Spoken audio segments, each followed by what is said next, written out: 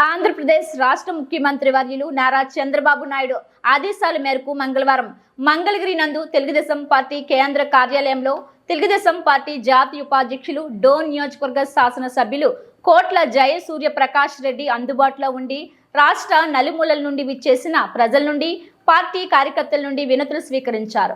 కొన్ని సమస్యలను సంబంధిత అధికారుల దృష్టికి తీసుకెళ్లి అక్కడికక్కడే పరిష్కరించారు. మిగతా సమస్యలను పార్టీ అధినేత చంద్రబాబు దృష్టికి సంబంధిత మంత్రులు వివిధ శాఖల అధికారులకు పరిష్కరించేలా చర్యలు తీసుకోవాలని కోరారు. తెలుగుదేశం పార్టీ జాతీయ ఉపాధ్యక్షులు కోట్ల జయసూర్య ప్రకాష్ రెడ్డిని ఉమ్మడి కర్నూలు జిల్లా నుండి కోడుమూరు, కర్నూలు, డోన్, మంత్రాలయం, ఎమ్మిగనూరు, ఆలూరు, పత్తికొండ, ఆదోని నియోజకవర్గాల టీడీపీ నేతలు పెద్ద ఎత్తున పార్టీ కేంద్ర కార్యాలయానికి తరలివచ్చారు.